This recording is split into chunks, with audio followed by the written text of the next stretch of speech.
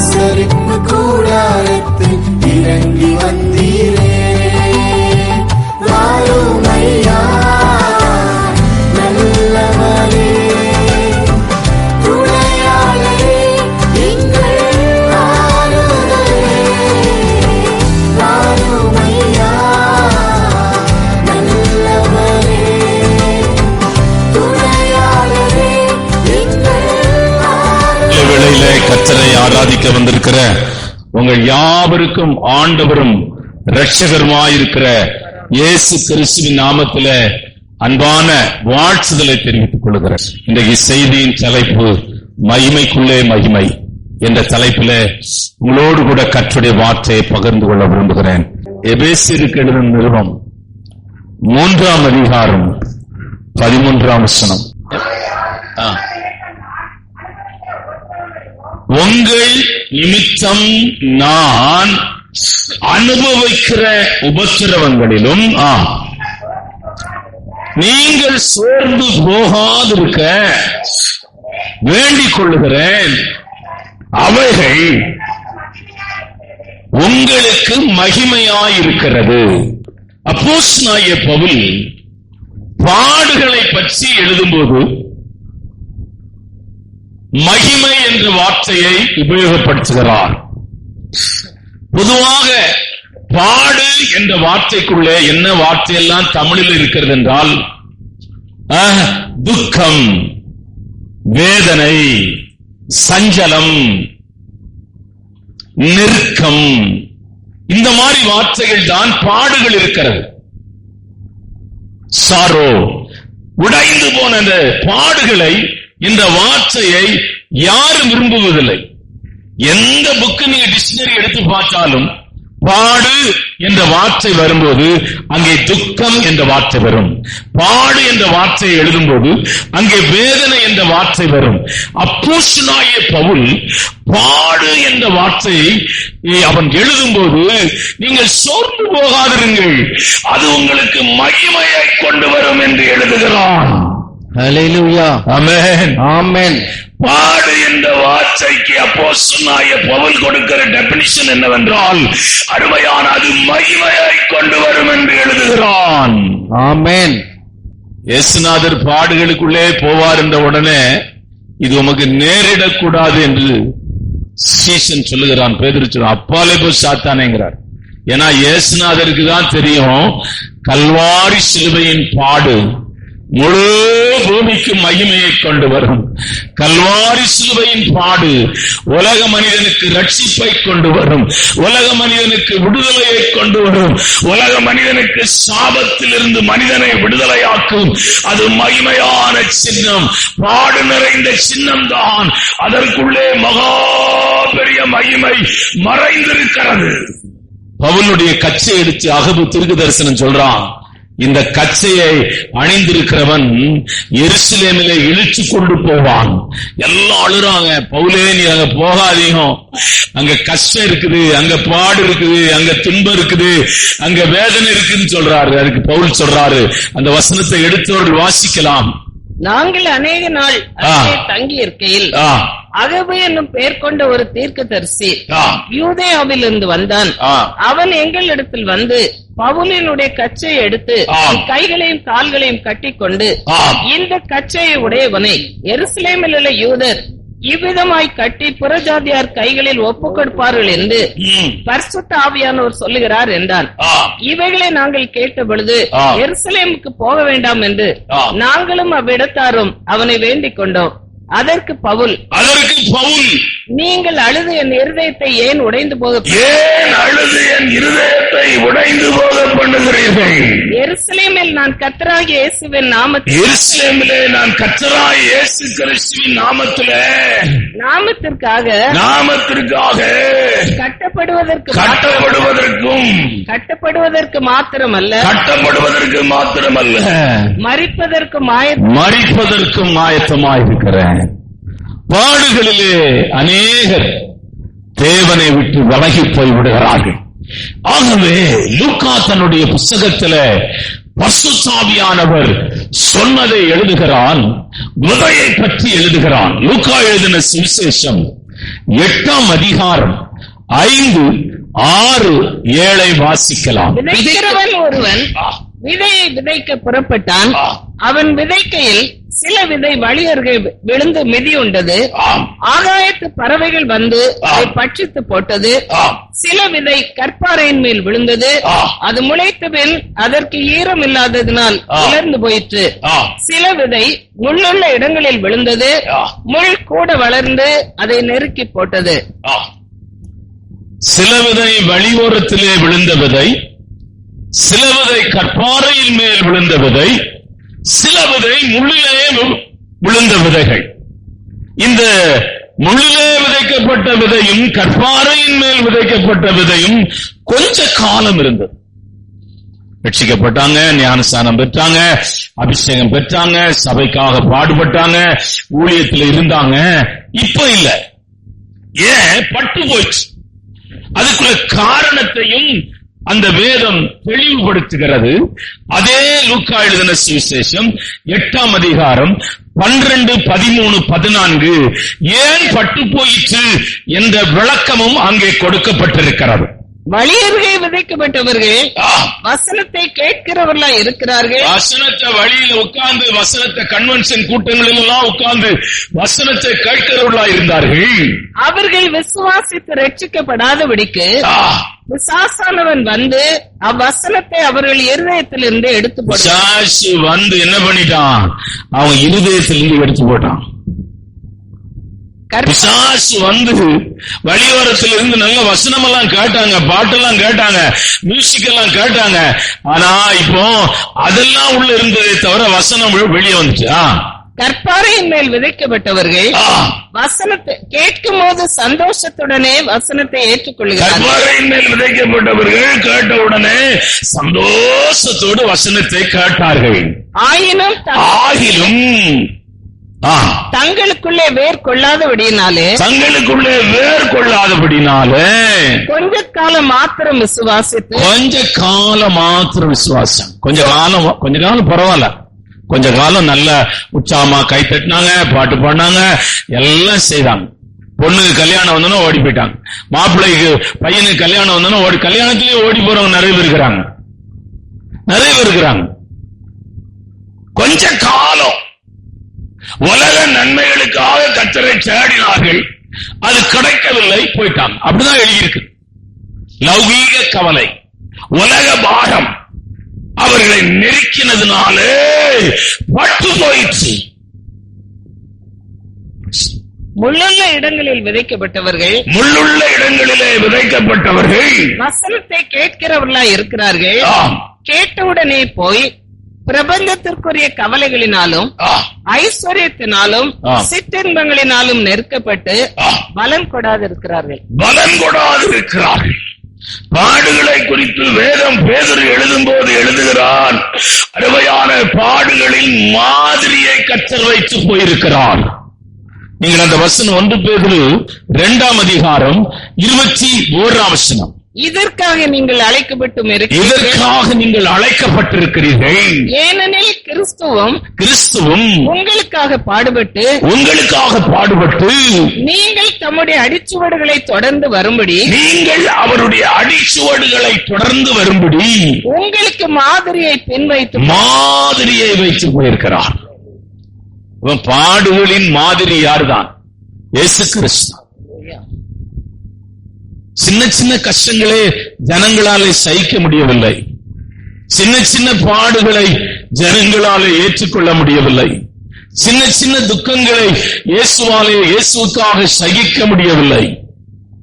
அப்போஸ்தலனாகிய பவுல் எழுதுகிறான், கிறிஸ்துவின் அன்பிலிருந்து என்னை பிரிப்பவன் யார்?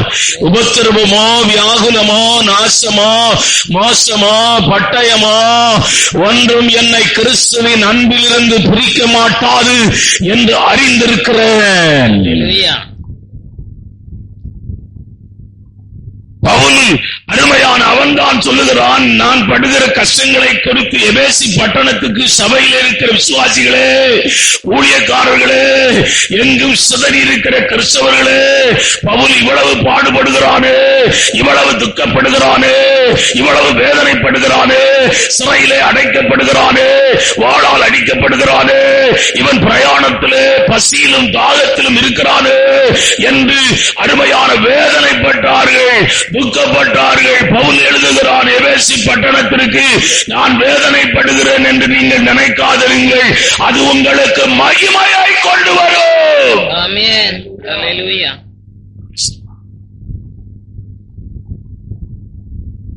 ஆவிக்குரிய சபை எந்த சபையா இருக்கட்டும், அதை கட்டுவதற்கு அங்கே பலர் கர்ப்ப வேதனைப்பட்டிருக்கிறார்கள். ஆமென். Glory. அங்கே கர்ப்ப வேதனைப்பட்டிருக்கிறார்கள். ஒரு ஆத்மாவை ஜீவனுக்கு நேராய் நடத்த அந்த ஊழியக்காரன் அருமையான கர்ப்ப வேதனைப்படுகிறான். கர்ப்ப வேதனைப்படுகிறான்.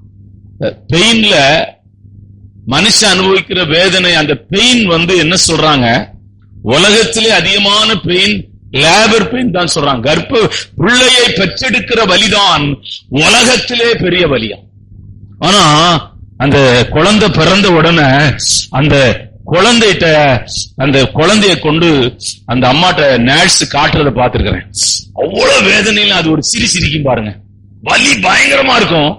உனக்கு பையன் பிறந்திருக்கிறான் சொன்னா, நம்ம ஊரை பொறுத்தவரை நம்ம பொம்பளை பிள்ளைன்னா பாதி தான் பல்லு வரும் வெளியே, ஃபுல் பல் வெளியே வராது.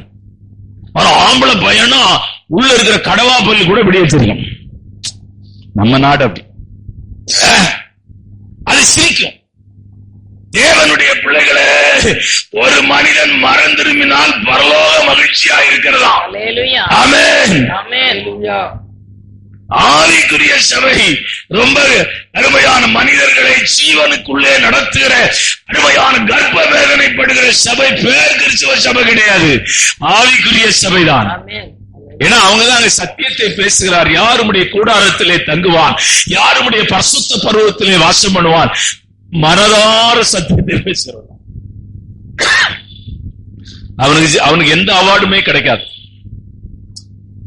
பிரசங்கியார், நீங்க என்ன ரொம்ப நேசிக்கிறவங்க இருக்கிறீங்க, கர்த்தர் உங்களை ஆஸ்வதிப்பார். ஆண்டவர் உங்களுக்கு எனக்கு உங்களை கொடுத்ததுக்காக நான் ரொம்ப மகிழ்ச்சி அடைகிறேன். உங்களை நான் பெற்றதற்காக ரொம்ப மகிழ்ச்சி அடைகிறேன். ஏன்னா சிலருடைய அன்பு மறக்க முடியாத அன்பு. Glory to God. அது விவரிக்கவும் முடியாது. ஆனா உங்களுக்கு என்னிடத்திலிருந்து வருகிற அருமையான தேவனுடைய பிள்ளைகளே, ஆசீர்வாதம் என்னவென்றால் வசனத்தை ஆழமாய் உங்களுக்கு பிரசங்கிக்கிறேன், அதற்காய் காத்திருக்கிறேன், ஆண்டவரிடத்திலிருந்து பெற்று உங்களிடத்திலே கொடுக்கிறேன். Glory to God. நான் இன்றைக்கு ஜெயத்தை பற்றி தான் மறுபடியும் இந்த வாரத்திலே பிரசங்கிக்க வேண்டும் என்று நினைச்சேன். ஆனால் பரிசுத்த ஆவியானவர் இந்த வார்த்தை எனக்கு கொடுத்தார். மகிமைக்குள்ளே மகிமை என்ற ஒரு தலைப்பு வந்து கொண்டே இருந்த தலைப்பு எடுக்கிறதுக்கே ஒரு பெரிய போராட்டமா இருந்துச்சு. நிறைய தலைப்பு வந்து கொண்டே இருந்துச்சு. அதுல இந்த தலைப்பு மறக்க முடியாத தலைப்பு. யாரு பார்ப்பார்கள் நம்முடைய தொலைக்காட்சியில, நம்முடைய செல்லுல இந்த செய்தியை கேட்பார்கள். உங்களிடத்துல ஞாயிற்றுக்கிழமை கேட்டால் மகிமை என்ற வார்த்தை பொதுவாக எல்லாரும் சொல்லுகிற வார்த்தை. மகிமைக்குள்ளே மகிமை என்ற வார்த்தை வித்தியாசமான ஒரு வார்த்தை. ஆகவே ஆண்டவர் அதை என்னுடைய இருதயத்திலே போட்டார். உங்களுக்காக நாங்கள் ஜெபிக்கிறோம், உங்கள் பிள்ளைகளுக்காக, குடும்பங்களுக்காக. நீங்கள் காட்டுகிற அன்புக்கு நாங்கள் செய்கிற தியாகம் நிறைய உண்டு, அது மறைவாய் உண்டு. ஆமென். இந்த நாடுல கால வேளையில தேவனுடைய பிள்ளைகளை அப்போஸ்தலனாகிய பவுல் எழுதுகிறான். அருமையான நாங்கள் படுகிற பாடுகள், நாங்கள் அனுபவிக்கிற துக்கங்கள், நான் அடிக்கப்படுகிற அடிகள் எல்லாம் உங்களுக்கு என்ன செய்யும்? நீங்க துக்கப்படாதீங்க. அந்த செய்தி வசனத்தை மறுபடியும் வாசிங்களேன். ஆகையால்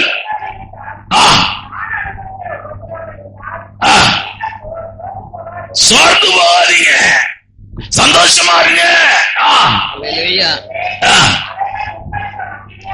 அவைகள் உங்களுக்கு மகிமையாயிருக்குமே, அவைகள் உங்களுக்கு மகிமையாய் இருக்குமே.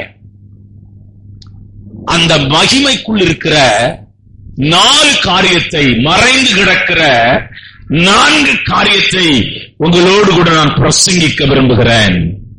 முதலாவது, அதிலே மறைந்து கிடக்கிற முதல் மகிமை என்னவென்றால் 1 பேதுருவின் புஸ்தகம் 4ஆம் அதிகாரம் 14ஆம் வசனம்.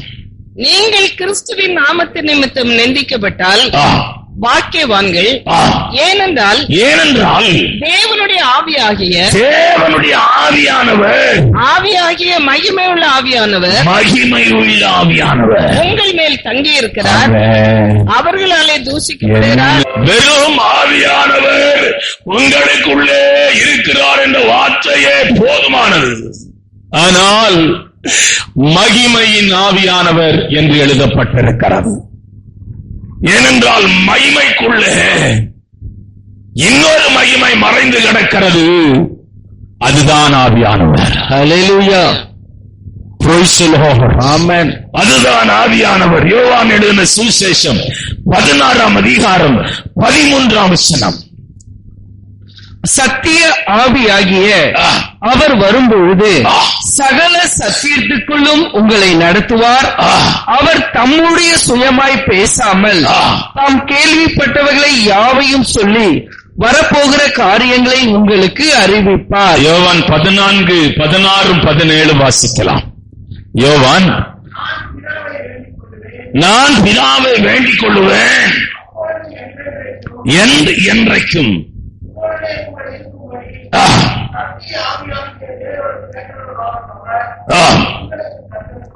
ஆவியானவர் நீ தூங்கும் போது அவர் உனக்குள்ள இருக்கிறார். ஆமென். நீ டிராவல் பண்ணும்போது அவர் உனக்குள்ள இருக்கிறார். ஹல்லேலூயா. எல்லா விஷயங்களிலும் ஆவியானவர் கூட இருக்கிறார். ஆமென். நீ அவரை துன்பப்படுத்தினா இதுவரையிலும் உன்னை விட்டு வெளியே போல துக்கத்தோடு சில சமயம் இருப்பார், வேதனையோடு கூட இருப்பார். ரொம்ப எக்ஸ்ட்ரீமா ஒருத்தன் போறான்னு வச்சீங்களேன், வெளியே போயிடுவார். அவன் அதான் சவுல், அதான் யூதாஸ். பிசாசு அவனுக்குள்ளே பூந்ததுன்னு சொல்லுது. எக்ஸ்ட்ரீமா எத்தனையோ முறை ஆண்டவர் அவனை எச்சரித்து, எத்தனையோ முறை கர்த்தர் பேசி, எத்தனையோ முறை விடுதலையாக்க ஆண்டவருடைய சத்தத்தை கேட்டும் அவன் கீழ்ப்படியவில்லை, ஒப்புக் கொடுக்கவில்லை, தன் தவறுகளை அவன் அருமையான ஒத்துக்கொள்ளவில்லை, கர்த்தருடைய சமூகத்திலே வந்து அழுது ஒப்புரவாகவில்லை. அவன் செய்ததே தவறை மறுபடியும் செய்து கொண்டே இருக்கிறான். என்ன நடக்கும் என்றால் ஆவியானவர் போயிடுவார். ஆமென். ஹல்லேலூயா. ஆனால் இந்த கால வேளையில பாடுகளிலும் நெருக்கங்களிலும் போராட்டங்களிலும் உபத்திரவத்திலும் இயேசுவை பின்பற்றுகிற லட்சக்கணக்கான ஜனங்கள் பூமி எங்கிலும் உண்டு. ஆமென். ஆமென். ஆமென். என்ன ஒரு பெரிய மேன்மை என்னவென்றால் அவர்களோடு கூட ஆவியானவர் இருக்கிறார். புருஷன் எப்போதும் நம்ம கூட கிடையாது, மனைவி எப்போதும் நம்ம கூட இல்லை, நம்மை பாதுகாக்கிற தாய் தகப்பன் எப்போதும் நம்ம கூட இருக்க மாட்டாங்க. ஆனா எல்லா நேரங்களிலும் ஆவியானவர் நம்மோடு கூட இருக்கிறார். இந்த நெருக்கத்திலே, இந்த பாடுகளிலே, இந்த போராட்டத்திலே ஒரு சத்தத்தை நீங்கள் கேட்கிறீர்கள். என்ன சத்தம்?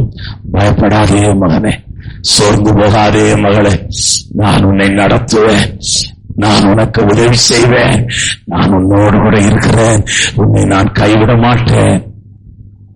பாடுகளிலே நெருக்கங்களிலே நடந்து போகிற தேவனுடைய பிள்ளைகள் மகிமையை அனுபவிக்கிறார்கள். என்ன மகிமையை அனுபவிக்கிறார்கள் என்றால் மகிமை உள்ள ஆவியானவர் அவர்களோடு கூட தங்கி இருக்கிறார். ஆமென். ஆமென். உலக ஜனங்களுக்கு பாடு கஷ்டம் நெருக்க வருது, ஆண்டுடைய பிள்ளைகளுக்கும் பாடு கஷ்டம் நெருக்கம் வருது. ஆனா நீ கர்த்தரை ஆராதிக்க வந்திருக்கிறீங்க, கர்த்தரை துதிக்க வந்திருக்கிறீங்க. அவங்கள எங்க உலக ஜன போய் பார், பிராந்தி கடையில உட்கார்ந்து இருப்பான், சினிமா தியேட்டர்ல உட்கார்ந்து இருப்பான், பீச்ல உட்கார்ந்து இருப்பான், பார்க்ல உட்கார்ந்து இருப்பான், அப்படியே உட்கார்ந்து இருப்பான். அவனுக்கு விடுதலை பெறுகிற வழி தெரியவில்லை. கர்த்தர் உங்களுக்கு வழியை காண்பிக்கிறார். நீங்கள் பாக்கியம் உள்ளவர்கள், ஆசீர்வதிக்கப்பட்டவர்கள், மேன்மையானவர்கள். ஆமென். இரண்டாவது மகிமையை உங்களுக்கு நான் காண்பிக்க விரும்புகிறேன். மகிமைக்குள்ள மகிமையை பிலிப்பியருக்கு எழுதின நிருபம் 2ஆம் அதிகாரம் 8ஆம். இந்த மகிமைக்குள்ளே என்ன இருக்கிறது என்றால் அவர் கீழ்ப்படிதல் இருக்கிறது. அவர் மனுஷ ரூபமாய் காணப்பட்டு மரண பரியந்தம், அதாவது சிலுவையின் மரண பரியந்தமும் கீழ்ப்படிந்தவராகி தம்மை தாமே தாழ்த்தினார். தம்மை தாமே தாழ்த்தினார். ஹல்லேலூயா. அடிமையின் ரூபம் எடுத்தார். Praise the Lord. நல்ல சுவாபங்கள் பாடுகளிலே நமக்குள்ளே ஆகிறது. எதிர்த்து நீங்க கீழ்ப்படிகிற சுவாபம் ஒரு மனுஷனுக்குள்ள இருந்தா, தாழ்மையான ஒரு சுவாபம் ரெண்டும் ஒன்றை ஒன்று சங்கிலி போன்றது.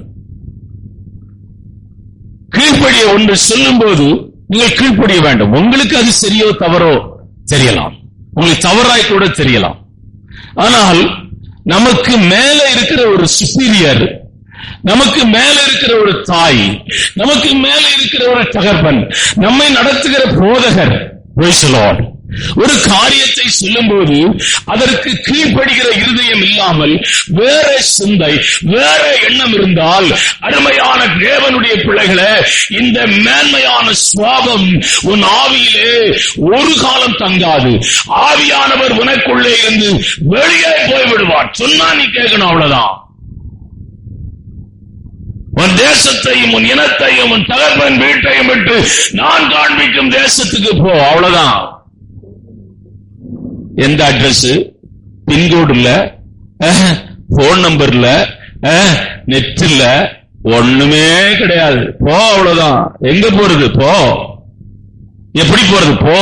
அந்த பதில் தான் மறுபடியும் வந்துட்டே இருக்குது. வேதம் சொல்லுகிறது, நான் போகும் தேசம் இன்னதென்று ஆபிரகாம் அருமையான அறியாது புறப்பட்டு போனான். என்ன மாதிரி வார்த்தை! ஆகவேதான் அவன் விசுவாசத்தின் தகப்பன் என்று அழைக்கப்படுகிறான். அவன் ஆசீர்வாதத்தின் தகப்பன் என்று அழைக்கப்படுகிறான். அவன் ஜெப வீரன் என்று அழைக்கப்படுகிறான். அவன் அருமையான அவன் சந்ததியிலே நம்முடைய மகிமையின் இயேசுவானவர் வெளிப்பட்டார். தேவனுடைய பிள்ளையே, இந்த நாளில் கால வேளையில எதிர்த்து நிற்கிற சாபங்கள், கீழ்ப்படியாத சாபங்கள், சிலர் அருமையான செய்ய மாட்டாங்க. செய்யறேன் சொல்லுவாங்க, செய்ய மாட்டாங்க. நான் ஒன்னு சொன்னா வேற மாதிரி ஒண்ணு செய்வாங்க. அது கீழ்ப்படியாத சுவாபம். கீழ்ப்படியாத சுவாபம் அருமையான எங்கிருந்து வந்தது? பிசாசினிடத்திலிருந்து வந்தது. அப்போ அந்த விசுவாசிக்குள்ள என்ன சுவாபம் இருக்குது? பிசாசி சுவாபம் இருக்குது. என்ன ஒரு ஃபார்முலா கிளீனா இருக்குது. மாம்ச சுவாபம் இருக்குது. சொன்னா கீழ்ப்படி இல்ல, சொன்ன அருமையான அதுக்கு ஒத்து போறது இல்ல. இவங்க மனசுல ஒண்ணு வச்சிருப்பாங்க, இவங்க மனசுல ஒரு திட்டம் வச்சிருப்பாங்க, நம்ம ஒரு திட்டத்தை சொல்லிட்டு இருப்போம். இது எப்போ நம்மள நினைப்பாங்கன்னு கேட்டீங்கன்னா, பாடுகளிலும் கஷ்டத்திலும் வரும்போது, ஐயோ போதகத்தை வெறுத்தேனே, கடிந்து கொள்ளுதலும் என் மனம் அலட்சியம் பண்ணதே, சபைக்குள்ளே சங்கத்துக்குள்ளே நான் ஆகாதவனாய் போனேனே என்று கூக்குரலிடுவாய். பணம் நமக்கு தேவை. ஆனால் பணத்துக்கு பின்னாடி நீங்கள் போய்கொண்டே இருந்தால் பணம் உங்களை சாபத்துக்கு நேரே நடத்தும். பணம் உங்களை கொடிய வியாதிக்குள்ளே நடத்தும். பணம் உங்களை மரணத்துக்கு நேரே நடத்தும். பணம் உங்களை சமாதானத்தை கெடுக்கும். நீங்கள் கண்டுகொண்ட பெற்றுக்கொண்ட பணம் யாரோ ஒரு இடத்துக்கு போய் சேரும். இது உண்மை, இது சத்தியம். கர்த்தர் உங்களுக்கு கொடுக்கிற ஆசீர்வாதங்களிலே நீங்கள் திருப்தியாய் வாழ பழகிக் கொள்ளுங்கள். ஆண்டவர் உங்களுக்கு செய்த நன்மைகளை ஆண்டவர் என்ன கொடுத்திருக்கிறார்? நீ பழைய கஞ்சியா? நான் ரொம்ப வருஷம் நாங்க பழைய கஞ்சி தான் சாப்பிடுவோம். ஊர்கா ஒரு நாள் மத்தியானம் சாப்பிடலான்னு போனேன். மதுரையில் இருந்த நாட்கள் எனக்கு இன்னும் அது மறக்கவே முடியாது. அந்த அம்மா, அங்க வேலை செய்யற அம்மா எங்களை ரொம்ப நேசிக்கும். எப்பா, நீங்க வாலிப பிள்ளைங்களா இருக்கிறீங்க, சாப்பாடு இருக்குது, ஆனா தொட்டுக்க ஊர்கா கூட கிடையாது. என்னதான் தொட்டுக்க இருக்கிறது? உப்பு இருக்குது. என்ன நினைச்சாலும் சரி, அந்த கல் உப்ப அப்படி வாயில போல ஒரு கடிச்சு அவச்சிட்டு சோறு அந்த காட்டத்திலே உள்ள கழிக்கும். அன்னைக்கு குழம்பு பொரியல் எல்லாமே உப்புதான். ஏன்னா நீங்க கறிக்கு பாருங்க, அந்த கறிக்கிற நேரத்துல வயிறு நரம்பணுமே, பசிக்குத, என்ன செய்யுது, சோறு உள்ள போயிடும்.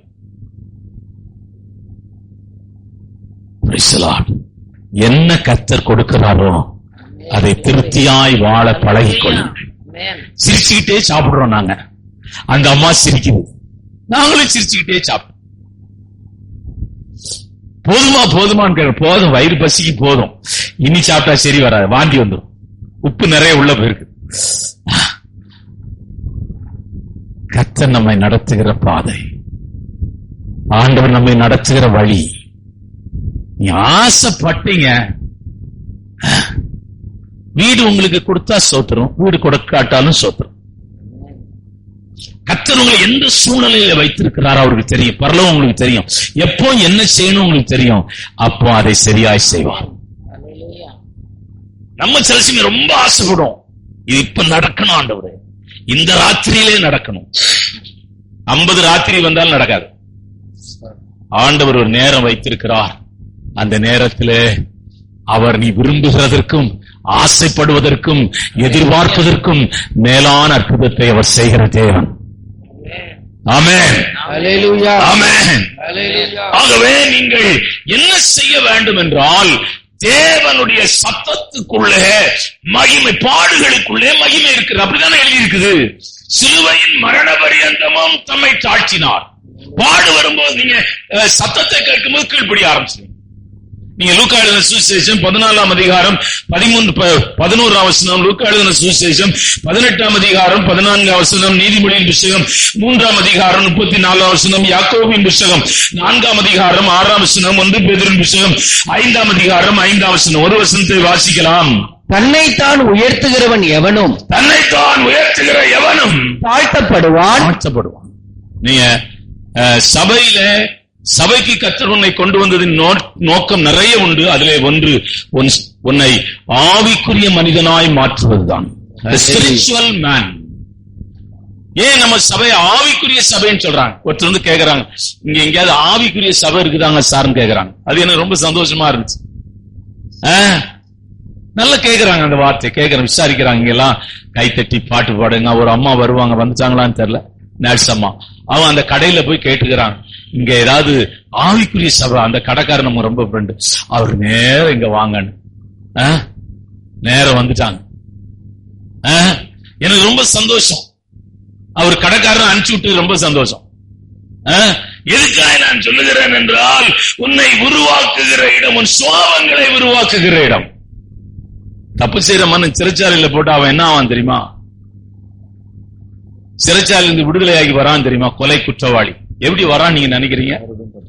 போகும்போதாவது ஒரு கொலை செய்து ஒழுங்கா உள்ள போவான். ஆனா வரும்போது அவன் 2-3 பட்டனை சட்டையிலிருந்து அவுத்து போட்டுட்டு அவன் ஒரு மாதிரி வரான். வெளியே மாலை போட ஒரு 3 பேர் நிக்கிறான், வா தலைவான். அப்ப அவன் என்ன நினைப்பான் தெரியுமா? ஒரு 2-3 கொலை செய்தா எத்தனை மாலை நமக்கு விடும். ஜெயிலுக்கு போயிட்டு ஒருத்தன் வரானா அவன் ஒழுங்கா வரமாட்டேங்கிறான். இவ்வளவுதான் ஜெயிலும் தெரியுது. காலைல டிபன், மத்தியானம் சாப்பாடு, சாயங்காலம் சுண்டலு, நைட்டு சாப்பாடு. நான் ஜெயில கொஞ்ச நாள் ஊழியம் செய்தேன், அதனால உங்களுக்கு சொல்றேன். வெளியே காட்டுல அங்க ரொம்ப சுகமா வாழ்றாங்க. உங்களுக்கு தெரியுமா, பாண்டிச்சேரியில ஒருத்தன் கொலை செய்தான் தெரியுமா உங்களுக்கு? அந்த பாலத்துக்கு கீழே கொலை செய்தவன போலீஸ் பிடிச்சாங்க. ஏன்டா கொலை செய்தேன்னு. அவன் மேல உனக்கு பகையெல்லாம் ஒண்ணும் இல்ல சார், ரோட்ல போனோம், நான் கொன்னேன், எனக்கு வெளியே சாப்பிடுறது ரொம்ப பிரச்சனையா இருக்குது, உள்ள என்ன தூக்கி போட்டீங்கன்னா நான் அங்க சாப்பிட்டாங்க நிம்மதியா இருப்பேன், அதுதான் சார் கொன்னேன். நீங்க பேப்பர்ல போட்டிருந்தாங்க அத. அவன் கொலை செய்ததுக்கு நோக்கம் என்னன்னா, ஜெயிலுக்கு போறதுக்கு கொலை செய்தானாம். ஏன் போலீஸ்காரனுக்கு அவன் பதறவே இல்லை, ஓடவும் இல்லை. நான் தான் சார் கொலை செய்தேன். அங்க கம்ஃபர்டபுளான வாழ்க்கை இருக்குது, 3 நாள் நல்ல சாப்பாடு. இங்க நான் ஒரு வேளை சாப்பிடுங்க, டீ கடையில வேலை செய்யணும், அவன் 1000 நொல்ல சொல்றான். கடையில வேலை செய்தா, ஹோட்டல்ல வேலை செய்தா அவன் என்ன ரொம்ப கஷ்டப்படுத்துறான். அங்க நான் வேலையே இல்லாம 3 வேளை சாப்பிட்டு நிம்மதியா படுப்பேன். போலீஸ்காரெல்லாம் அரண்டு போயிட்டாங்க, மாலை மலர்ல போட்டிருந்தாங்க. எதுக்காக நான் சொல்ல வருகிறேன் என்றால், இந்த கால வேளையில தேவனுடைய பிள்ளைகளை உங்கள் சோபங்கள் மாறும். ஆமென்.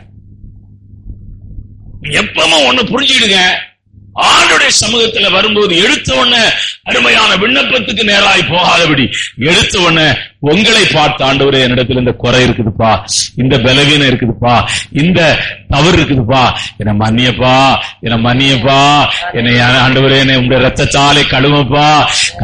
கொஞ்ச நேரம் கர்த்தருடைய சமூகத்துல உங்களை சுத்திகரித்த பின்புதான் நீங்கள் ஜெபத்துக்கு நேராக போக வேண்டும்.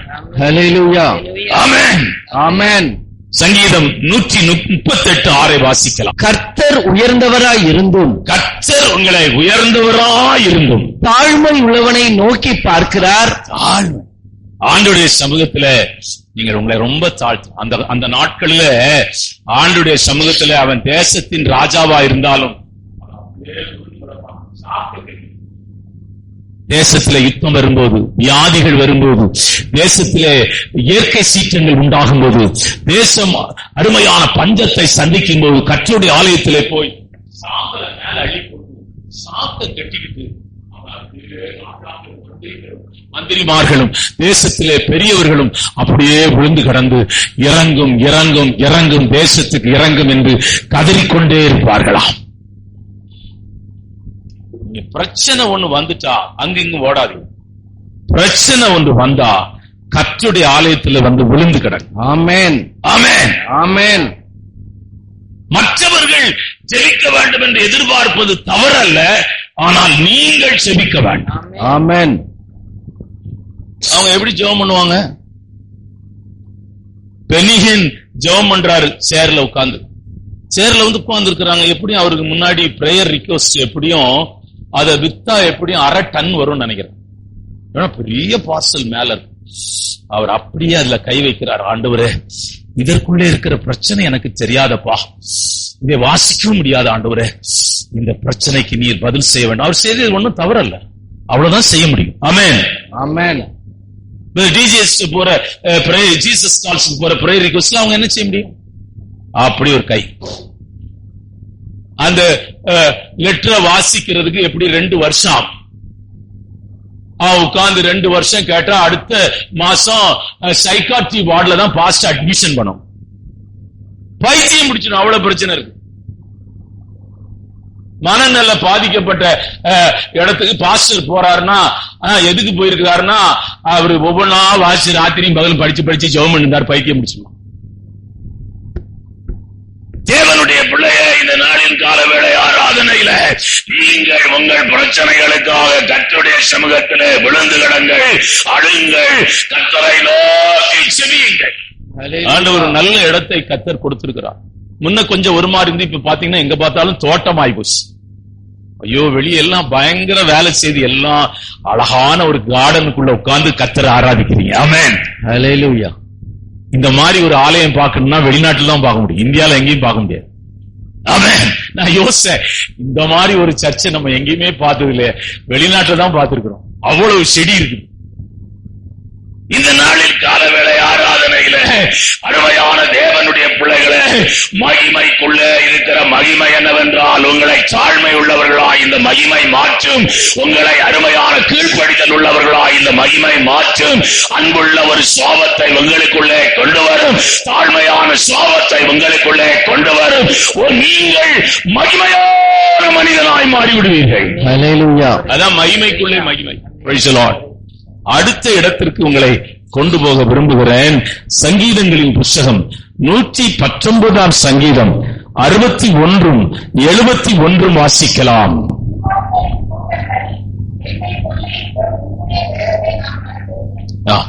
நான் உபத்திரப்பட்டது நல்லது, அதனால உங்களுடைய பிரமாணங்களை கற்றுக்கொண்டேன். உபத்திரப்பட்டது நல்லதுங்கிறார். கல்யாணம் ஆரம்பத்துல சண்டை வருது ரொம்ப நல்லது. வயசான காலத்துல ரொம்ப சந்தோஷமா இருப்பீங்க. ஏன்னா சண்டையில தான் ஒருத்தர் புரிஞ்சுக்கிட்டீங்க. நான் சொல்ற ஃபார்முலா பாஸ் அனுபவத்துல தான் எல்லாம் பேசிட்டு இருக்கிறார். இன்னும் கூட கொஞ்சம் சண்டை போடுங்க, ஒன்னும் தவறில்லை. நீங்க சண்டை போடும்போதுதான் அவங்க யாரு நம்ம யாருன்னு புரிஞ்சுக்கணும். சிலர் சொல்றாங்க, ஒருத்தர் இன்னும் என் மனசுல இருக்குது, ஒரு டாக்டர் அம்மா தான் என்கிட்ட சொன்னாங்க, பாஸ்டர் எனக்கு கிடைச்ச புருஷன மாதிரி உலகத்துல யாருக்குமே கிடைக்கல. அப்படி என்னமா உனக்கு கிடைச்சிச்சுன்னு கேட்டேன். அவரும் டாக்டர் தான். நான் மேல எடுத்து குதிக்க சொன்னா இவர் குதிப்பாருங்கிறாங்க. அவரு கிட்ட நிக்கிறார், சிரிக்கிறார். இப்ப குதிப்பாரு, அப்புறம் உன்னை மேல இருந்து கீழே தள்ளி விட்டுருவாரு. இப்போ உனக்காக குதிப்பாரு. ஏன்னா நீ வாலிபமா இருக்கிற, உன் சத்தமெல்லாம் இனிமையா இருக்குது, எல்லாம் இருக்குது. இப்போ அவர் உன்னை குதிப்பாரு. கொஞ்ச நாள் முடிச்சு நீ நிக்கும் போது உனக்கு தெரியாமலே பின்னாடி வந்து தள்ளி விட்டுருவார். கேட்டா அவர் விழுந்துட்டா, அவரும் சேர்ந்து அழுவார். ஐயோ என் மனைவி விழுந்துட்டா. தள்ளதே அவர்தான். இதையா மனுஷன்? Glory to God. உபத்திரவம் உன்னை உருவாக்க வேண்டும். ஆமென். அது என்ன உபத்திரவமா இருக்கட்டும், இந்த பாடுகளின், நெருக்கங்களின், போராட்டங்களிலே நடக்கிற ஊழியம் இந்தியாவில் இருக்கிறது. நல்லா புரிஞ்சுக்கிடுங்க. பணம், வெளிநாட்டு பணம், வெள்ளைக்காரன் பணம் கட்டுக்கட்டா வந்து ஊழியம் செய்யற ஊழியம் இருக்கு. 2 ஊழியம் இருக்குது இந்தியால. பணத்துல கட்டப்படுற ஊழியம் இருக்குது, பாடுகள்ல கட்டப்படுற ஊழியம் இருக்கிறது. நீங்க பாடுகள்ல கட்டப்படுற ஊழியம் மகிமையை வெளிப்படுத்தும். பணத்தில கட்டப்படுகிற ஊழியம் மகிமையை காணவே முடியாது. சில நன்மைகள் கிடைக்கும், உலக நன்மைகள் கிடைக்கும். அப்படி நம்ம சபை விட்டு போன விசுவாசிகள் உண்டு. உலக நன்மைகள் கிடைக்கும், ஆனால் நீங்கள் மகிமையை இழந்து விடுவீர்கள். Praise the Lord. மகிமையை இழந்து விடுவீர்கள். Praise the Lord. அருமையான தேவனுடைய பிள்ளைகளே, ஆவிக்குரிய ஊழியம் எல்லாம் பாடுகளிலும், நெருக்கங்களிலும், போராட்டங்களிலும், தேவைகளிலும், கஷ்டங்களிலும் கட்டப்பட்டதுதான் ஆவிக்குரிய ஊழியம். ஆமென். இது ஒண்ணும் ஜாப் கிடையாது. ஜாப் எல்லாம் ஒண்ணும் கிடையாது. 1ஆம் தேதி கையெழுத்து போட்டு வாங்குற சம்பளம் வாங்குற ஜாப் ஒண்ணும் கிடையாது. ரிட்டைர்மெண்டே கிடையாது. சாகுற வரை ஊழியக்காரன் அங்கேயே பிரசங்கம் பண்ணி அங்கேயே சாகணும். ஆமென். இதுக்கு ஒண்ணு ரிட்டைர்மெண்ட் எல்லாம் கிடையாது. ஜாப் பண்றவங்க இருக்கிறாங்க. இது ஒண்ணும் கமிட்டி எல்லாம் ஒண்ணும் நடக்காது. சபைய கமிட்டி சபையை நடத்தி எலெக்ஷன் எல்லாம் இங்க ஒண்ணும் கிடையாது. நம்பர் 1 நம்பர் 2 ஜோசப்பு, பேதுரு, யாக்கோபு எல்லாம் நரகத்துக்கு போறவங்க. இதுக்கு ஓட்டு போட்டு நரகத்துக்கு அனுப்புறாங்க. அதெல்லாம் ஒண்ணும் கிடையாது. அதெல்லாம் ஒண்ணும் சபையில கிடையாது. சபை ஆவியானவன் நடத்துகிறார், ஊழியக்காரன் கரத்துல கொடுத்துக்கிறார். அவன் செத்து போன பிறகு அவன் இன்னொருத்தர் ஏற்படுத்துவார். ஆமென். இதான் ஊழியம். இதான் ஆவியானவர் நடத்துகிற ஊழியம். மனுஷன் நடத்துறது இல்ல. பாதி பணம் ஹைகோர்ட்டுக்கு தான் போகுது, வக்கீலுக்கு. சண்டை, பிரச்சனை, அது இது, லொட்டு லொடுக்கு எல்லாம் இருக்குது. அருமையான கர்த்தருடைய பிள்ளைய, பாடுகள் உன்னை உருவாக்குக. ஒருத்தர் திட்டினாங்கன்னா இன்னொருத்தர் திட்டத்தை கேட்டு பாருங்க. எதுக்காக நான் சொல்ல வருகிறேன் என்றால், சில பிரச்சனைகள், பாடுகள் வரும்போது நம் இருதயத்தை நொறுக்குகிறது. ஆமென். நம் இருதயத்தை உடைக்கிறது, நம்முடைய இருதயத்தை காயப்படுத்துகிறது. ஆனால் அதன் மத்தியிலே தான் நீங்கள் கர்த்தரை ஆராதிக்க வேண்டும். அதன் மத்தியிலே தான் நீங்கள் ஊழியம் செய்ய வேண்டும். அதன் மத்தியிலே தான் நீங்கள் பிரசங்கிக்க வேண்டும். ஆமென். அதன் மத்தியிலே தான் நீங்கள் பிரசங்கிக்க வேண்டும். யாத்திராகம புஸ்தகம் 50ஆம் அதிகாரம் 20ஆம் வசனம். யோசேப்பை குறித்து நீங்கள் வாசித்தால், தன் சகோதரர்களுக்கு அவன் சொல்லுகிறான், நீங்கள் எனக்கு தீமை செய்தீர்கள், கர்த்தர் அதை நன்மையாய் மாற்றினார். ஆதியாகமம் 50. நீங்கள் எனக்கு தீமை செய்ய நினைத்தீர்கள், தேவனோ இப்பொழுது நடந்து வருகிறபடியே வெகு ஜனங்களை உயிரோட காக்கும்படிக்கு அதை நன்மையாக முடிய பண்ணினார். யாரே அப்படி செய்வான்? குழியில தள்ளி சோறு கொண்டு வந்தவன குழியில தள்ளி பசிக்கு அவன் தேடி தேடி தேடி, எங்க இருக்கிறாங்க என் சகோதரர், எங்க இருக்கிறாங்க சகோதரன் தேடி வந்து சாப்பாடு கொடுத்து நல்லா சாப்பிட்டுட்டு தண்ணி எல்லாம் குடிச்சிட்டு கொல்லணும்னு நினைக்கிறீங்களா? குழியில தள்ளி, அதுவும் தள்ளிட்டா கூட பரவாயில்ல, கல்லெறிஞ்சு கொல்லணும்னு நினைக்கிறீங்களே? அதான் ஒருத்தன் என்ன சொன்னா, நீ கல்லெறியாத, வழியில இஸ்மவேலர்கள் வருவாங்க, அவங்ககிட்ட நம்ம கொடுத்து வித்துட்டா காசு கிடைக்கும், நமக்கு காசு கிடைக்கும், அவனை வித்தான்னு சொல்லி வித்துட்டாங்க. அவன் கொண்டு போய் அருமையான போத்திபார் வீட்டுல வித்துட்டான். அவன் என்ன பண்ணிட்டா, அவனை கேவலப்படுத்தி சிறைச்சாலையில் அடைச்சிட்டான். எல்லா பாடுகளிலும் தேவனாய கர்த்தர் அவனோடு கூட இருந்தார். அவனை நேர்வழியாய் நடத்தி அவனை எங்கே கொண்டு போனார் தெரியுமா? அவனை எகிப்தின் அதிபதியாய் கர்த்தர் மாற்றினார். பாடுகளும் கஷ்டங்களும் போராட்டங்களும் நெருக்கங்களும் நிந்தைகளும் அவமானங்களும் உன்னை உயர்ந்த மனிதனாய் மாற்றும், மேன்மையான மனிதனாய் மாற்றும், ஆசீர்வாதமான மனிதனாய் மாற்றும். ஐயா, காலையில ஒரு இது ஞாபகம் வந்ததுனால அங்கேயும் பிரசங்கம் பண்ண, இங்கேயும் பேசுறேன். பெரிய பணக்காரன், கம்பெனி மில்லு அது இது லொட்டு லொடுக்கெல்லாம் நிறைய வச்சிருந்தான். ஒரே பையன். அவன் என்ன நினைச்சானா, நம்ம இது எல்லாம் இந்த பையனுக்கு கொடுக்கணும்னு நினைச்சான். ஆனா அவன் லக்ஸூரியஸா வாழ்றவன். உயர்ந்த காரு, உயர்ந்த உடை, ஸ்டார் ஹோட்டல்ல தங்குறது, எல்லாமே லக்ஸூரியஸ் லைஃப். அவனுக்கு ஒரு சந்தேகம் இருந்துச்சு, இவன் கையில இவ்வளவு பெரிய பொறுப்பை கொடுத்தா நாஸ்தி பண்ணிட மாட்டான், அழிச்சிட மாட்டான். அதனால என் தகப்பன் என்னன்னு செய்தான்னா, எப்பா நான் இதையெல்லாம் உன் கையில கொடுக்கணும் விரும்புறேன், நீ அதுக்கு அன்பிட்டுனா நான் அங்க ஒர்க்கர்ஸ் கையில கொடுத்துருவேன், அவனை ஒருத்தனை டைரக்டரா மாத்தி அவனு கையில கொடுத்துருவேன், நான் சொல்றதுக்கு நீ கீழ்ப்படியணும். சரிப்பான்ட்டான், அவன் ஒத்துக்கிட்டான். கேரளாவுல தான் அது அந்த சம்பவம் நடந்துச்சு. இவனை வந்து ரோட்ல போயிட்டே இருந்து டக்குன்னு கார் நிறுத்தி இறங்குட்டான். ஒரு பைசா அவன் கையில கிடையாது. இறங்குன்னு சொன்னோன்னா இவன் இறங்கி இருக்கிறான். அப்பா மறுபடியும் திறப்பாருன்னு பார்த்தா அவரு காரை டோரை க்ளோஸ் பண்ணி, நீ சம்பாதிச்ச பணம் எனக்கு போன் பண்ண, அப்பா வரேன்னு சொல்லிட்டு போயிட்டான். என்னடா நம்மளை இறக்கி விட்டாரு, போட்ட சட்டையும் போட்ட பேண்டும் தான் இருக்குது, இறக்கி விட்டாரு. கோடீஸ்வரன் இந்த ஆள், இந்த பையன். பசி தாங்காம ஹோட்டல்ல போய் வேலை கட்டுக்கிறான். ஹோட்டல்ல என்ன இவனுக்கு இவன் எதுவுமே சொல்லல, நம்ம யாரு என்ன கதை இதெல்லாம் ஒண்ணும் சொல்லல. டேபிள் தொடச்சான், அங்க இருக்கிற பிளேட் கழுவுனா, அங்க திட்டினா, அறிவு இருக்கிறான் திட்டினா, தண்ணிய அவன் சட்டையில ஊத்திட்டானு, எல்லா திட்டையும் வாங்கி அவன் வேலை செய்தா 10-15 ரூபாய் சம்பளம் அவனுக்கு கொடுத்திருக்கிறான். அங்க அவன் ரொம்ப கஷ்டப்பட்டு இருக்கிறான். ஒரு கொஞ்ச நாள் ஆன உடனே தகப்பன் என்ன பண்ணிருக்கிறான், நேரா அந்த காரை ஹோட்டல் கிட்ட வந்து நிறுத்தி இருக்கிறான். அந்த ஓனரே வாடி வரானா, இவர் பெரிய ஆளாச்சேன்னு. எப்பா என் பையன் தாம்பா அங்க வேலை செய்யறான். கூட்டு கார்ல உட்கார வச்சு அவனுக்கு எல்லா பொறுப்பையும் கையில கொடுத்தான். ஆமென். இப்ப உனக்கு மணி வேல்யூ தெரியும் சொன்னான். ஆமென். இப்ப கஷ்டம்னா உனக்கு என்னன்னு தெரியும். கஷ்டம் உனக்கு என்னன்னு தெரியாதது தெரியும் வரையில் இந்த பொறுப்பை உனக்கு கொடுக்க மாட்டேன். அதான் சங்கீதக்காரன் சொல்றான், உபத்திரவப்பட்டது நல்லது, அதனால உடைய பிரமாணங்களை கற்றுக்கொண்டேன். ஒரு ஊழியக்காரனை தேவன் உருவாக்க 10 வருஷம் ஆகுது. உங்களுக்கு தெரியாது, பைபிள் காலேஜ் டிகிரி எல்லாம்.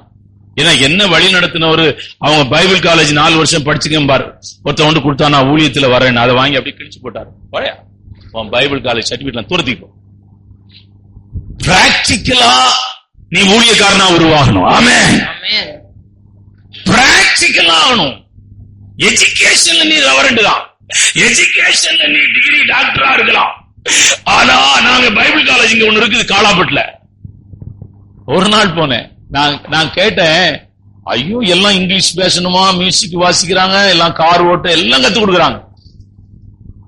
கிளாஸ் இங்கிலீஷ்லாம் நடக்குது, தமிழ்ல நடக்கல. அந்த ஊர்ல கிளாஸ் நடத்துறது. இங்க ஒரு நாள் வந்து பிரசங்கம் பண்ணாரு, அங்க ஒரு ப்ரொஃபஸரா இருக்கிறார். நான் அவர்கிட்ட ஒரு வார்த்தை கேட்டேன், இவ்வளவு பேர் படிக்கிறாங்களே, பிராக்டிக்கலா இவங்களை ஊழியத்துக்கு விட்டா ஊழியம் செய்வாங்களான்னு கேட்டேன். அவர் சொன்னார், அது எனக்கு தெரியலன்னார். கிராமத்துல கொண்டு போய் இவங்களை போட்டா இவங்க ஊழியம் செய்வாங்களா? நான் டாக்டர் படிச்சிருக்கிறேன், பேய் ஓடுனா ஓடுமா? பேய் ஓடாது.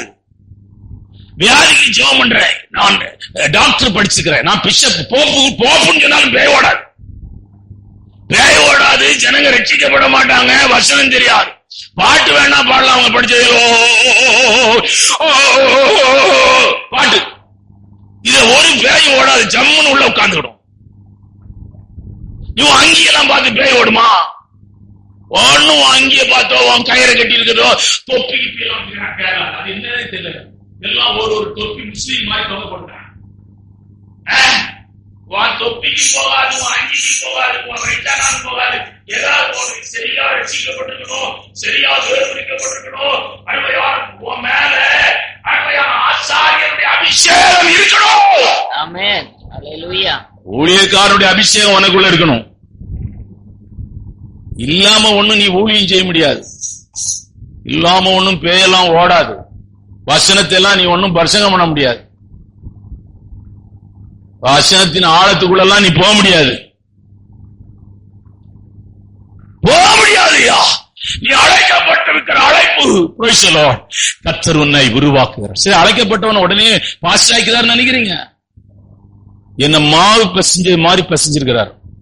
சப்பாத்திக்கு மாவு எப்படி பிசைவாங்க, அதே போல ஆண்டவர் பிசையோன்னு பிசைஞ்சிருக்கிறார். ராத்திரி எல்லாம் அழுதுகிட்டே கிடப்பேன், பகலெல்லாம் சிரிச்சுக்கிட்டே இருப்பேன். ஆமென். கர்த்தர் உன்னை உருவாக்குகிறார். அதான் சபைக்குள்ள என்ன வச்சுக்கிறார். சபைக்குள்ள இவனை உருவாக்கி இருக்கிறார். உன்னுடைய சுவாபங்கள் எல்லாம் மாறும். சாப்பாடு பெரும் பிரச்சனை. ஒரு நாள் எல்லாம் எடுத்து பாக்குறேன், ஒரு கார்டு வந்திருக்குது. பாஸ்டர், இந்த பிரதர் சரியில்லை, கறித்துண்டு அவங்க மனைவிக்கும் அவங்க பிள்ளைகளுக்கு போடுகிறார். எங்கு நாங்கள் பிளேட் வைக்கும் போது எலும்பு துண்டாய் போடுகிறார். ஒரு லெட்டர் வந்துச்சு. நான் சொன்னேன், அடுத்த வாரத்துல இருந்து 2 எலும்பு துண்டு போடுங்க. கறியே போட்டாதீங்க, அந்த அம்மா எலும்பு துண்டு கூட திரும்பி போடாதீங்க, குழம்பே ஊத்து. சுவாபங்கள் உடைக்கப்பட வேண்டும். சுவாபங்கள் உடைக்கப்பட வேண்டும். உன் சுயம் உடைக்கப்பட வேண்டும். உன் மாம்சம் உடைக்கப்பட வேண்டும். நீ உருவாகும் வரையிலும் கர்த்தர் உன்னை தன் கரத்திலே எடுக்க மாட்டார். நீ உருவாகாமல் தேவனுடைய கரத்திலே இருக்கிறது போல கற்பனை பண்ணினால் நீ தூக்கி எறியப்படுகிற நேரம் வரும். தூக்கி எறியப்படுகிற நேரம் வரும். எப்பொழுதும் ஒரு ஊழியக்காரனுடைய சுவாபம் சுத்திகரிப்பு உங்களுக்குள்ளே உண்டாய் கொண்டிருக்க வேண்டும். அந்த சுத்திகரிப்பு ஊழியக்காரனுக்கு உண்டாக வேண்டும். ஊழியக்காரன் அவன் சொல்றான், உங்களை போல பாடுள்ள மனுஷன். துறை பேசுறார், சிபிஎம் சர்ச்சில் பேசுறார். அவரு, நீங்க எல்லாம் பெரிய ஆட்களா, ஜிப்பா கிப்பெல்லாம் போட்டு வந்திருக்கிறீங்க, எல்லாம் பெரிய பெரிய சபை வச்சுக்கிறீங்க, ஆனா நீங்க உருவாக்கப்படணும் பேசுறார். அவருக்கு நிறைய எதிர்ப்பு அங்க உண்டு. நீங்கள் சுத்திகரிக்கப்பட வேண்டும் சொல்றார். உங்களை காட்டில் வல்லமையாய் பிரசங்கிக்கிறவர் வெளியே இருக்கிறார்கள் சொல்லி பேசுறார். நீங்கள் இன்னும் தங்களை ஒரு பெரிய ஆட்களாய் நினைக்காதிருங்கள், தாழ்மை அணிந்து கொள்ளுங்கள். ஆமென். அருமையான கர்த்தருடைய பிள்ளையை இந்த நாளின் காலவேளை ஆராதனையிலே praise the Lord, நீங்கள் உபத்திரவப்பட்டது நல்லது.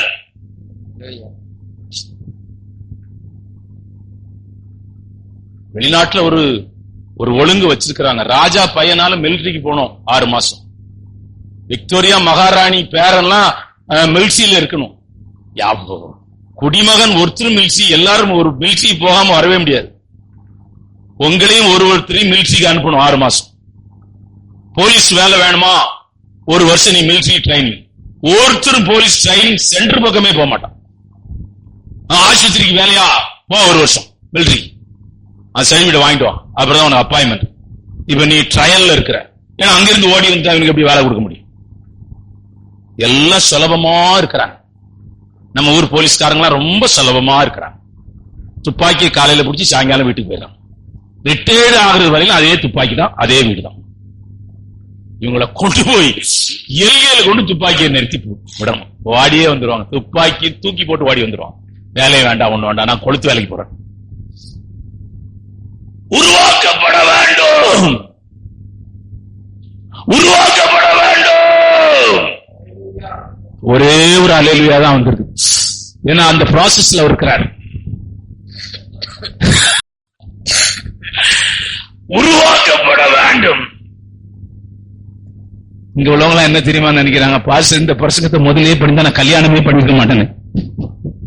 இந்த ஆள்னால தான் நான் உருவாக்கப்பட்டிருக்கேன். அந்த ஆள்கிட்ட கேட்டா, ஐயோ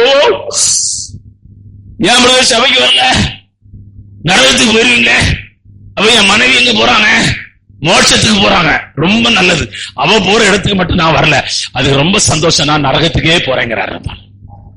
அவ இருக்கிற இடத்துல மட்டும் எனக்கு வேண்டாம், அவ நரகத்துக்கு போறது மாதிரி இருக்கட்டும், நான் உங்க சபைக்கு வரேங்கிறார், நான் மட்டும் மோட்சத்துக்கு போயிடுறேங்கிறார். அதான் ஒருத்தர் பிரசங்கம் பண்ணும்போது கேட்டாரா, இன்னொரு சான்ஸ் கிடைச்சி இந்த மனைவியை கல்யாணம் பண்ணணும், ஒரு சான்ஸ், அருமையான ஒரு சான்ஸ் கிடைச்சு, இன்னொருத்தரை கல்யாணம் பண்ண ஒரு சான்ஸ் உங்களுக்கு கிடைச்சா இந்த மனைவியை கல்யாணம் பண்ணுவீங்களான்னு கேட்டாராம். எத்தனை பேருக்கு அந்த ஆசை இருக்கு, கைய உயர்த்துங்கன்னு கேட்டாராம். ஒருத்தருமே கைய உயர்த்தலையாம், எல்லாம் அமைதியா இருந்தாங்க. இன்னொரு சான்ஸ் எனக்கு கிடைச்சா இவ்வளவு நான் கட்டுவேன்னு நினைக்கிறீங்க? யாரும் கட்ட மாட்டாங்க. இன்னொரு சான்ஸ் கிடைச்சவங்கள அந்த ஆள் கட்டுவாரா? ராஜா நகர் சிஸ்டர் குலுங்கி குலுங்கி சிரிக்கிறாங்க. தேவனுடைய பிள்ளைய இந்த நாளில பாடுகள் உங்களை மகிமைக்கு கொண்டு வரும். என்ன அடுத்தது என்ன இடத்துக்கு இந்த மகிமை கொண்டு போகிறது என்றால், நித்திய மகிமைக்குள்ளே இந்த மகிமை நம்மை கொண்டு போகிறது. வாசிக்கலாம் 1 பேதுரு புத்தகம் 5ஆம் அதிகாரம் 10ஆம் வசனம். கிறிஸ்து இயேசுவுக்குள் நம்மை தமது நித்திய மகிமைக்கு அழைத்தவராய் இருக்கிற சகல கிருபையும் பொருந்திய தேவன் தாமே கொஞ்ச காலம் பாட அனுபவிக்கிற உங்களை சீர்படுத்தி ஸ்திரப்படுத்தி பலப்படுத்தி நிலை நிறுத்துவாராக. அப்போஸ்தலர் 13ஆம் அதிகாரம் 48ஆம் வசனத்தை வாசிக்கலாம். சந்தோஷப்பட்டு கர்த்தருடைய வசனத்தை மகிமைப்படுத்தினார்கள். நித்திய ஜீவனுக்கு நியமிக்கப்பட்டவர்கள் எவர்களோ அவர்கள் விசுவாசித்தார்கள். இந்த நாளில் கால வேளையில இந்த மகிமைக்குள்ளே நித்திய ஜீவன் மறைந்திருக்கிறது. ஹல்லேலூயா. அருமையான தேவனுடைய பிள்ளைகளே, இந்த மகிமைக்குள்ளே நித்திய ஜீவனாயிருக்கிற அந்த மகிமை மறைந்திருக்கிறது. அங்கே அழுகை இல்லை, அங்கே துக்கமில்லை, அங்கே அலறுதல் இல்லை, அங்கே வேதனை இல்லை, அங்கே மரணம் இல்லை. அங்கே அவரை போல அவரோடு கூட நிச்சயமாய் வாழ்வோம் என்ற அந்த அசைக்க முடியாத நம்பிக்கை கிறிஸ்தவனுடைய உள்ளத்துல அருமையான அதிகமாயிருக்கிறது. ஹல்லேலூயா. இந்த உலகத்துல நான் பாக்குறேன், எந்த மனுஷனும் பரலோகம் ஒரு வார்த்தையை சொல்ல யூஸ் பண்றதே இல்லை, காசின் கூட யூஸ் பண்றது. தேவனுடைய பிள்ளைகள் மாத்திரம்தான் பரலோகம் என்ற வார்த்தையை அடிக்கடி யூஸ் பண்ணுவேன். நான் கர்த்தரோடு கூட இருப்பேன், ஆண்டவர் இந்த பூமியின் யாத்திரை முடித்த பின்பு என் தகப்பன் வீட்டுக்கு நான் போவேன். அது இங்க ஒருத்தர் இருந்தாங்க, அவங்க 2 பேரும் வயசானவங்க. அவர் சாகிறதுக்கு முன்னாடி மனைவி பார்த்து சொன்னாரா, ஏம்மா நான் அப்பா வீட்டுக்கு போறேன், நீ உன்னை பாத்துக்கோ சொன்னார். அடுத்த நாள் செத்து போயிட்டார். நான் எங்க அப்பா வீட்டுக்கு போறேன், நீ உன்னை பாத்துக்கோ, இனி நீ என்ன பார்க்க முடியாது, சரீரத்துல நீ என்ன பார்க்க முடியாது. எனக்கு ரொம்ப ஆச்சரியமா இருக்கு. அங்க போய் நான் ஒரு பிரசங்கம் பண்ணேன். 2 பேரும் மலையாளம், கேரளா போயிட்டாங்க. அவங்க கேரளாவுக்கு இங்க எல்லாத்தையும் வித்துட்டு போயிட்டாங்க. சொல்லுகிறேன் என்றால், ஒரு மகிமையான தேசத்தை கர்த்தர் நமக்கு திறந்து வைத்திருக்கிறார். மறுபடியும் செய்தி வசனத்தை வாசிக்கலாம். ஆகையால் உங்கள் நிமித்தம் நான் அனுபவிக்கிற உபத்திரவங்களினால் நீங்கள் சோர்ந்து போகாதிருக்க வேண்டிக் கொள்கிறேன். அவைகள் உங்களுக்கு மகிமையா இருக்கிறது. அப்படியே நிற்கட்டும். அந்த ஒவ்வொருவரையும் ஆசீர்வதி இயேசுவின் நாமத்தில் செபிக்கிறோம் பிதாவே. என் ஆத்மாவே கர்த்தரை ஸ்தோத்திரி, என் முழுமே பரிசுத்த நாமத்தை ஸ்தோத்திரி. என் ஆத்மாவே கர்த்தரை ஸ்தோத்திரி, அவர் செய்த சகல உபகாரம் இயேசு கிறிஸ்துவின் கிருபை, பிதாவுடைய அன்பும் பரிசுத்த ஆவியானவருடைய அந்நியைக்கும் இந்த காலவேளை ஆராதனை ஒவ்வொருவரோடும் விசேஷ விதமாயிருப்பதாக.